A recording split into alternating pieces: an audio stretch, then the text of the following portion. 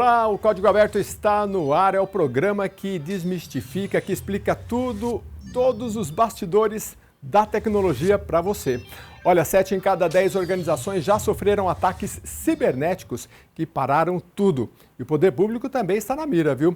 Uma falha simples como uma configuração errada na nuvem pode expor milhões de dados em segundos. Sistemas críticos como redes, servidores e bancos de dados são a base de tudo. É como no jogo Jenga, uma peça fora do lugar e tudo desmorona. Se você usa serviços em nuvem ou inteligência artificial ou sistemas interconectados, este conteúdo pode evitar o colapso da sua operação. Você vai descobrir como identificar falhas antes que causem desastres, técnica de segurança por design como a IA revela a vulnerabilidade escondida. Lucas Silva, especialista em riscos digitais, com 10 anos de experiência, explica tudo pra gente. Lucas, seja bem-vindo aqui ao programa. Já participou aqui ao vivo com a gente aqui no evento da Lesp. Seja bem-vindo mais uma vez. Eu já emendo a primeira pergunta aí sobre esse efeito Jenga.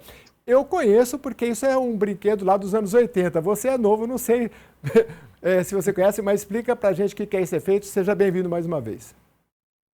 Obrigado, Gomes. É um prazer estar aqui falando com vocês. Obrigado pelo convite.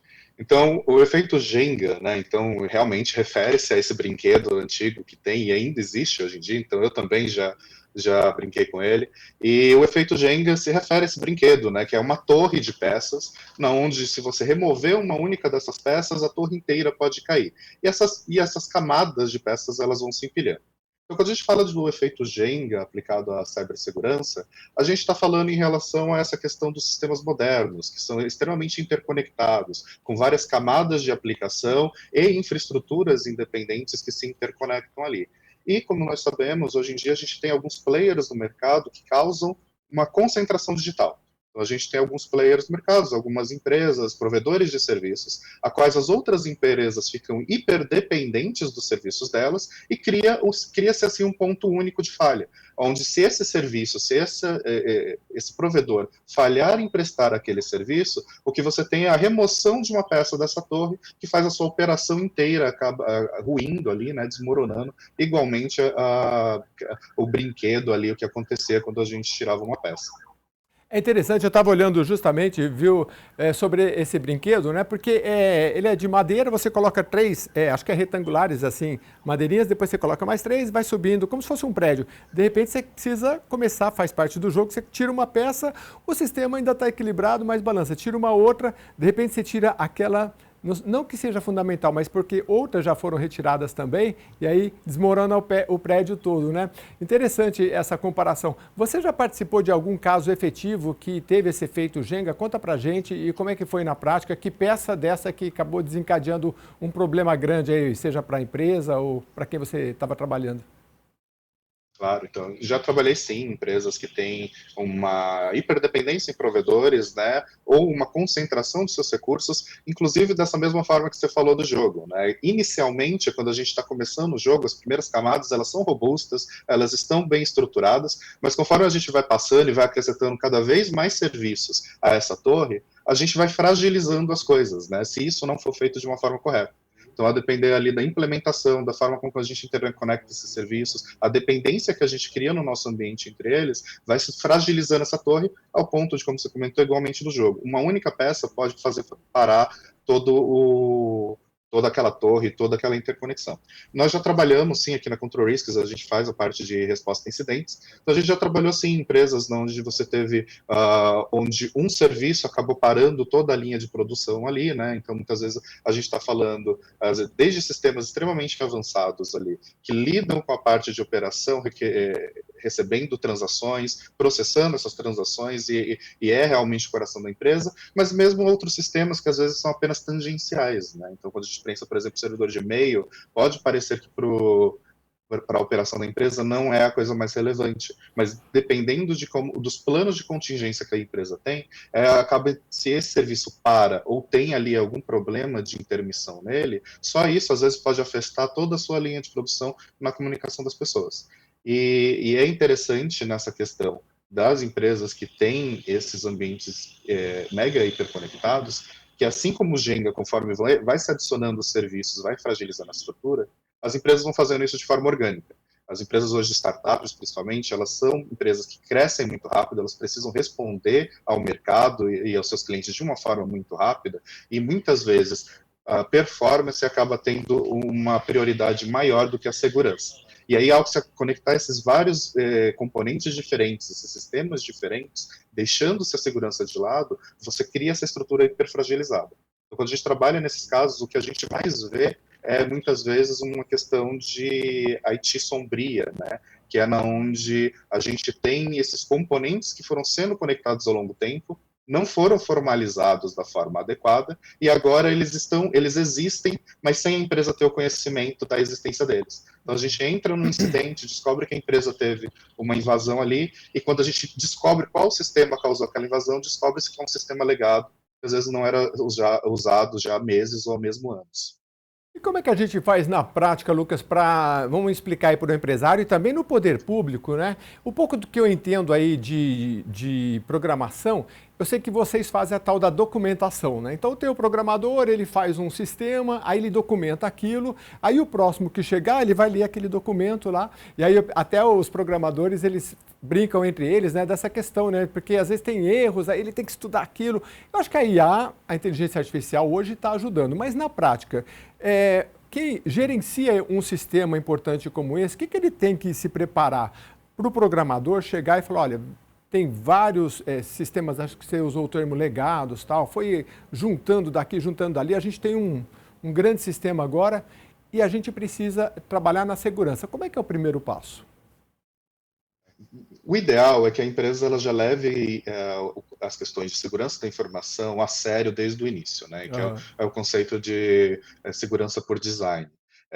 Efetivamente, depois que a gente já tem um ambiente, tanto a infraestrutura como o desenvolvimento de sistemas, já bem estruturados na empresa, o esforço para você implementar a segurança nesses sistemas após eles já estarem ativos é muito maior. É a mesma coisa de a gente estar ali morando enquanto há uma reforma na nossa casa, apartamento. É sempre muito mais trabalhoso, vai gerar mais inconvenientes do que se você levasse a segurança como um princípio desde o começo. Então, a gente tem sim a parte de documentação, e quando a gente fala de documentação, não é unicamente documentação para desenvolvimento de software, que é a parte de programação, mas a documentação de processos, né, de políticas e processos de uma empresa.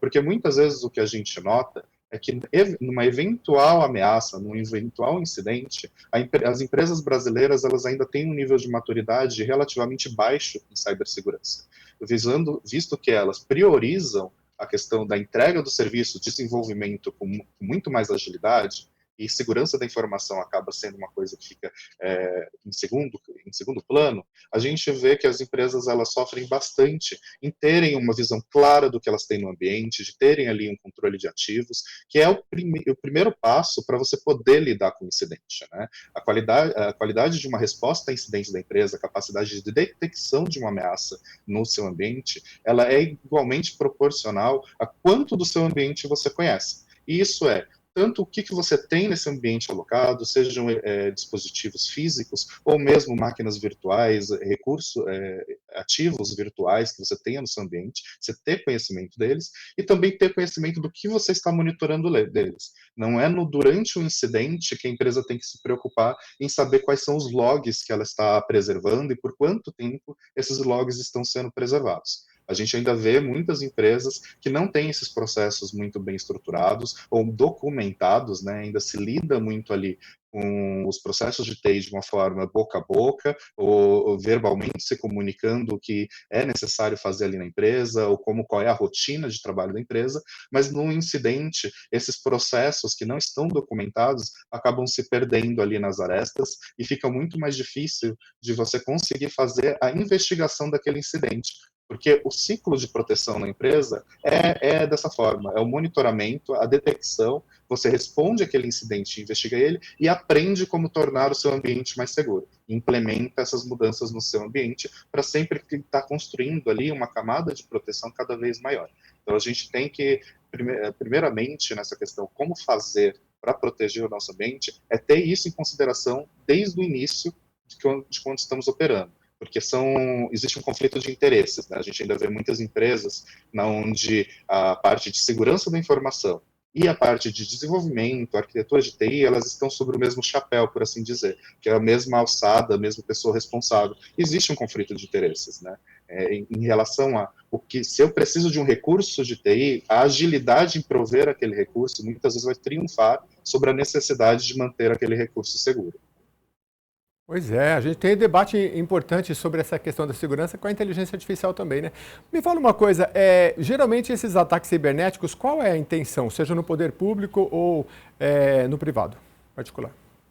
Então, a gente tem alguns tipos de motivação por trás de ataques cibernéticos, né? A gente tem ataques cibernéticos que partem do hacktivismo, que são atacantes que estão defendendo uma causa ou estão contra-atacando uma causa da qual eles discordem, e por isso eles realizam esses ataques. A gente também tem o que a gente fala que são agentes estatais, então a gente tem diversos países hoje no cenário geopolítico que têm seus grupos de cyberatacantes, né, seu exército virtual ali, para fazer essa questão tanto de proteção como de ataque a outros países. Então, existe esses grupos de ataque e a gente tem o crime organizado, né? E o crime organizado, tanto a forma tradicional do crime organizado, que hoje em dia já tem um braço na parte do crime digital, no cybercrime, né, para angariar fundos para suas atividades, como a gente tem grupos de crimes organizados que são realmente, nasceram e atuam realmente unicamente no âmbito virtual.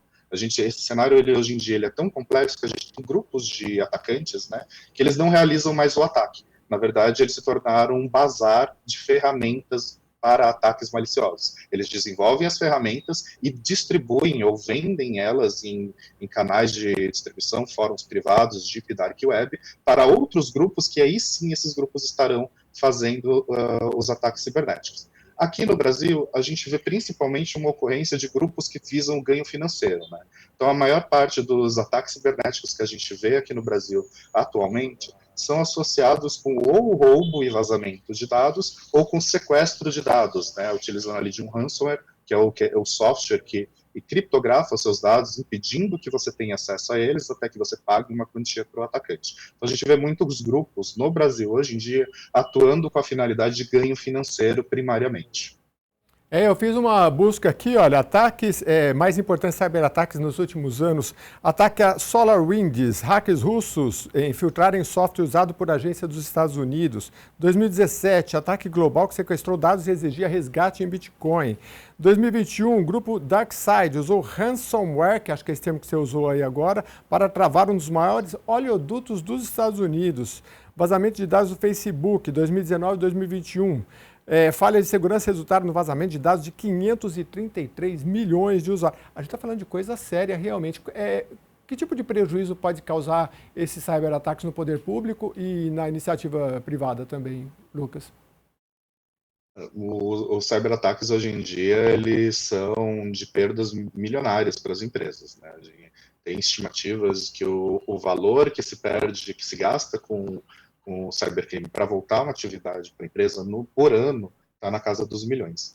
Então a gente tem um custo muito elevado para as empresas que não somente em relação à perda financeira, né, mas em relação à imagem que essa empresa tem. A gente tem hoje em dia leis muito mais apuradas, muito mais precisas para crimes digitais, e essas leis, elas também preveem que a empresa esteja fazendo o melhor esforço dela para evitar e investigar esses crimes no seu ambiente, né, principalmente quando a gente está falando de vazamentos de dados. E as empresas elas têm muita dificuldade em detectar, a gente ainda tem estimativas hoje em dia de que o tempo entre um atacante entrar no ambiente de uma empresa, né, no ambiente digital ali, ter controle em algum recurso ali, e a detecção dele na empresa fica na casa de 90 dias. Então, o atacante está ali no ambiente da empresa e ela sequer consegue a detecção desse ambiente, desse atacante. E é isso fora o tempo que também se toma para poder recuperar a operação depois de alguma interrupção causada por um ataque, que também varia muitas vezes de voltar à normalidade por volta de 2 a 3 meses ali, entre restabelecer toda a operação, fazer a sanitização do ambiente, contenção dos danos, para você não ter um jogo onde você tira o hacker do ambiente, o atacante do ambiente, para na semana seguinte estar tendo problemas com aquela casa novamente. Então é nisso que entra muito a resposta a incidente bem executada. O Brasil, hoje em dia, ele é o segundo país no mundo que mais tem ataques cibernéticos, mais sofre ataques cibernéticos. A gente perde unicamente nessa lista para os Estados Unidos, que é o país do mundo que mais sofre ataques cibernéticos. Mas o Brasil vem logo em segundo. Então, a gente vê que a preocupação que as empresas têm que ter em relação à proteção dos seus ativos físicos e digitais, ela cresce ano após ano, né? Então, a gente faz um levantamento aqui na Control Risks em relação aos riscos para cada ano, e a gente já nos números a gente vê que um dos riscos que a gente identifica como sendo um dos principais riscos para as empresas é sempre relacionado à parte de cibersegurança, seja associado às questões mais recentes, surgindo com a implementação da inteligência artificial e os seus desafios inerentes à implementação no ambiente, mas também das formas tradicionais, como phishing, tentativas de invasão, vazamentos de dados e o roubo de dados. Como você mencionou também nesses artigos aí, que a gente vê que são ataques que continuam sempre ocorrendo. Muito bom. A gente está conversando aqui com o Lucas Silva, ele é diretor de controle de riscos digitais, diretor de compliance forense, inteligência de control risks, mestre em segurança avançada e forense digital. Perdão, forense e inteligência na control risk. Ô, Lucas, se você topar, a gente está caminhando já com 10 minutos para finalizar. Eu tenho 10 perguntas para você responder rapidinho, tipo um ping-pong, para a gente esclarecer ao máximo aqui a nossa audiência. Começando aqui pelo paradoxo na nuvem. Existe uma contradição interessante no mundo do cloud computing. Quanto mais serviços automatizados usamos para aumentar a segurança, mais interdependência criamos. Explica isso. Em um minuto é difícil, né? Mas explica aí para a gente o que é isso. Rapidinho, é a questão do número de aplicações, serviços que a gente tem hoje em dia interconectados. Como você disse na introdução do programa, a gente tem bancos de dados, a gente tem serviços que cuidam de transação, a gente tem processamento de dados, e todos esses serviços, eles se interconectam, criando essa rede, né, de serviços, de microserviços conectados para a prestação de serviço. Então, muitas vezes a gente não vê, enquanto consumidores, né, num serviço de uma empresa, quantos serviços estão rodando por trás. E o que acontece é que a interdependência desses serviços, assim como na torre de Jenga, né, uma dessas peças, mesmo que ela não seja uma das peças principais, tidas como principais ali, ela pode colocar toda aquela estrutura a cair, porque isso fragiliza muito o ambiente. Então, a gente tem cada vez mais sistemas se conversando, soluções diferentes de diferentes prestadores de serviços, de fornecedores, se integrando e se conectando, e isso fragiliza ali e dificulta, muitas vezes, a gente fazer a manutenção e acompanhamento de todas essas conexões. E uma pergunta aqui, Lucas, da nossa audiência, é responsabilidade compartilhada, né? Porque você está falando muito da questão das nuvens, que são os servidores e podem dar problema. Quem é mais responsável no caso de um cyberataque? Compartilha essa responsabilidade, o servidor e o cliente? Na verdade, é muito importante que a empresa ela entenda onde começa e onde terminam o contrato que ela tem com seus prestadores de serviço para entender essa questão de responsabilidade. Obviamente, o consumidor, na ponta dele, ele está confiando a empresa estar tomando as medidas necessárias para manter os dados e as suas informações seguras. E a empresa cabe fazer o crivo dos seus fornecedores de serviços e entender aonde a responsabilidade de cada um fica. Algumas empresas contratam serviços terceiros para fazer o gerenciamento do seu ambiente. Então, é necessário que a empresa esteja ciente em contrato quais são as cláusulas desses termos, qual que aquela empresa vai estar responsável, qual o tempo de resposta mediante um incidente que ela vai demorar para responder ali, e quais as medidas que vão ser tomadas. Porque, caso contrário, a gente cai num limbo que tem certas coisas que não são responsabilidade nem inteiramente de um lado nem de outro. Nenhum dos lados tem total controle sobre aquele ativo digital, por exemplo. E aí a gente cai numa armadilha que é deixar alguns recursos no nosso ambiente acabarem ficando mal gerenciados, mal monitorados por conta disso. Então é realmente muito caso a caso, muito uma questão contratual ali, para entender, prevendo que incidentes vão acontecer.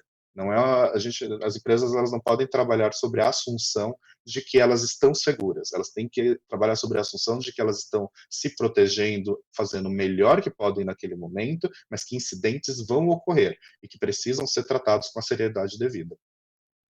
Ocorreu um incidente numa empresa, por exemplo, que você tem que dar uma assessoria. Qual a primeira medida de segurança você indica?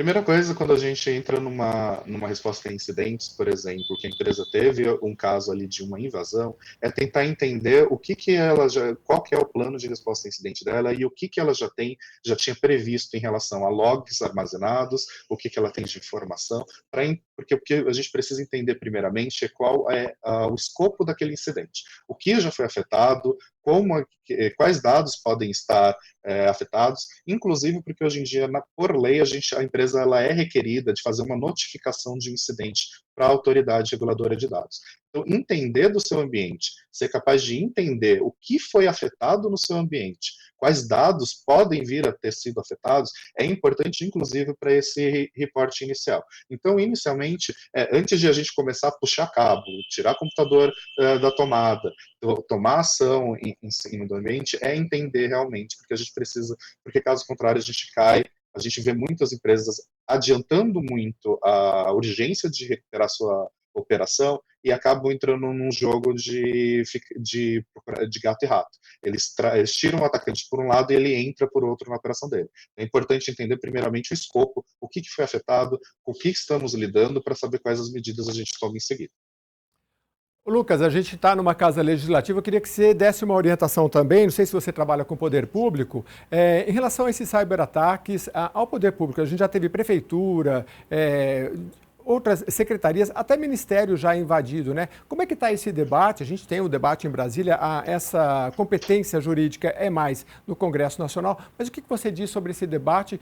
Porque a tecnologia avança muito e o poder público às vezes não tem braços o suficiente para cuidar disso, mas é o momento de estar muito atento, né?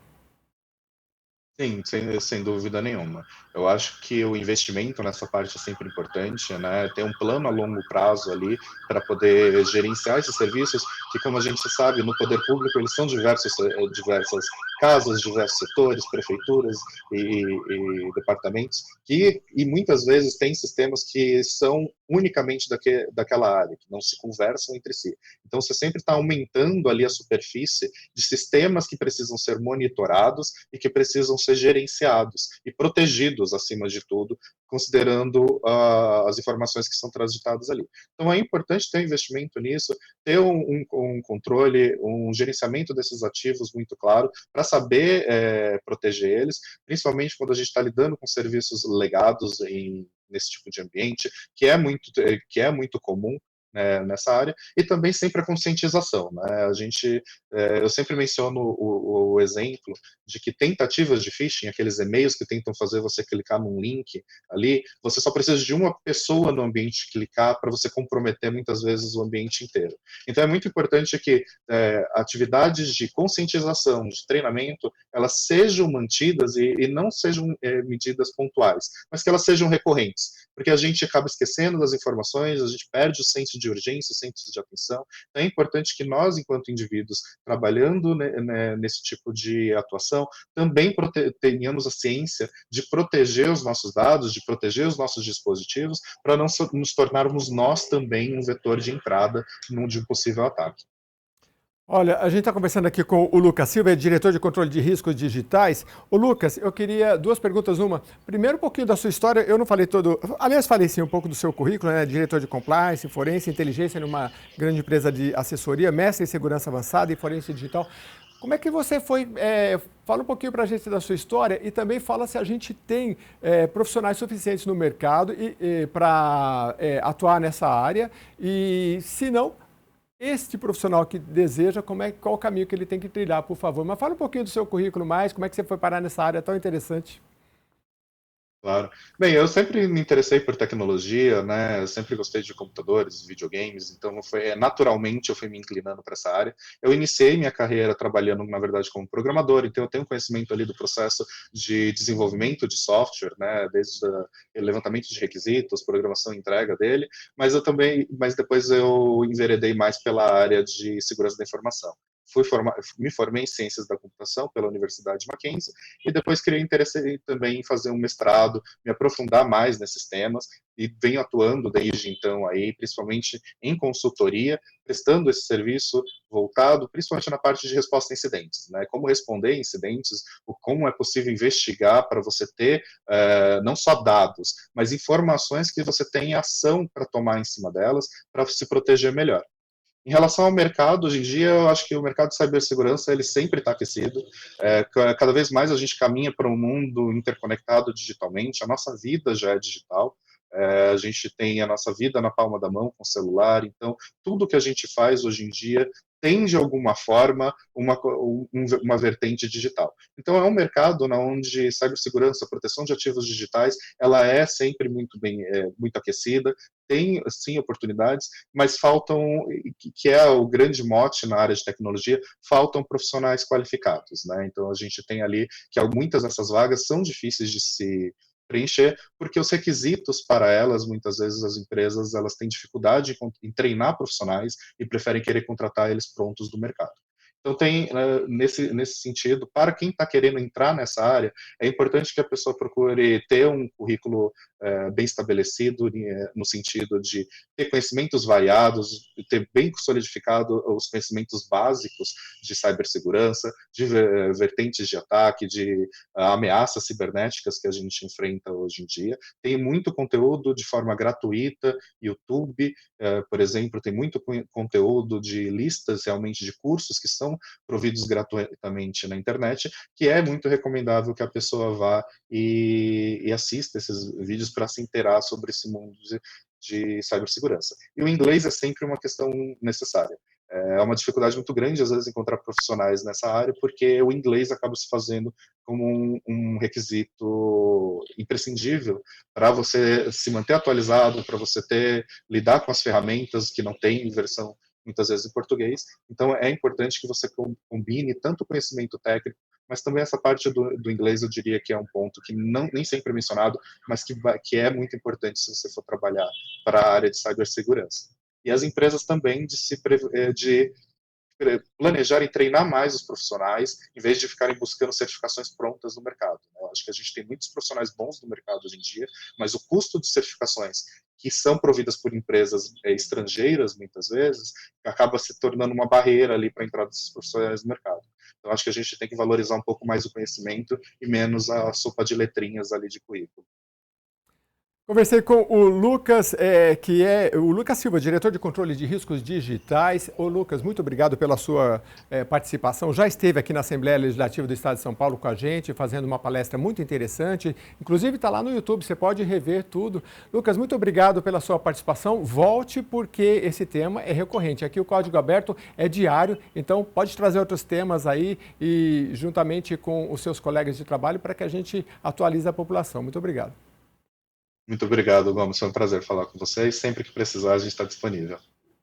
E a gente vai ficando por aqui com o Código Aberto. Obrigado pela sua companhia. Mande as sugestões que a gente vai trazendo aqui. O nosso objetivo é justamente desvendar todos esses mistérios da tecnologia e mastigar o máximo possível para você entender. Para todos nós, né? Eu também aprendo muito, todos nós. Muito obrigado pela sua companhia. Até a próxima edição do Código Aberto.